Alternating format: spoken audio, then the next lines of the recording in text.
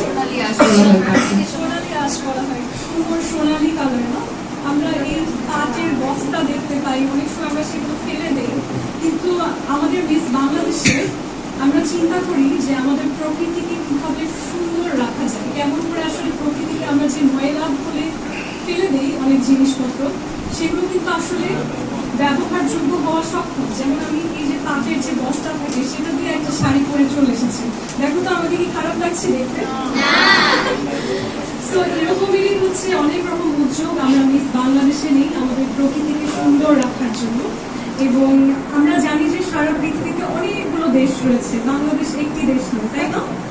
অনেকগুলো দেশ, এবং আমরা বিশ্বাস করি পুরো পৃথিবীটাই আমাদের, শুধু বাংলাদেশ নয়, পৃথিবীর যত দেশ আছে, যত অঞ্চল আছে, ভৌগোলিকভাবে সব জায়গায় আমাদের অধিকার আছে। এবং আমরা চাই আমরা পৃথিবীর যেই প্রান্তেই যাব, যখন কেউ শুনবে বাংলাদেশ থেকে এসেছে একজন বাংলাদেশী, সাথে সাথে সবাই যেন গর্ব বোধ করে। তাই মিস বাংলাদেশ 6টি মহাদেশে বাংলাদেশ থেকে একজন রিপ্রেজেন্টেটিভ পাঠায়, মানে বাংলাদেশের একজন মুখপাত্র, যে বাংলাদেশকে রিপ্রেজেন্ট করে, বাংলাদেশের হয়ে কথা বলে, যাকে দেখলে আমরা সারা বিশ্বে একটা ধারণা পাই যে বাংলাদেশের মানুষ কেমন হবে, তারা কি নিঃস্ব, তারা কি প্রতিভাবান, তারা কি সুন্দর করে কথা বলতে পারে, তারা কি নিজেকে প্রকাশ করতে পারে। এই জিনিসগুলো আমরা বাংলাদেশের নারীদেরকে শিখাই স্পেশাল।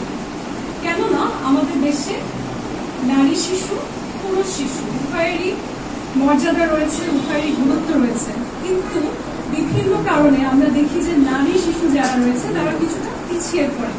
সেই পিছিয়ে পড়া মানুষগুলোকে সামনে টেনে নিয়ে আসার একটা উদ্যোগ হচ্ছে মিস বাংলাদেশ। দেখি নামটা বলতে পারো কিনা?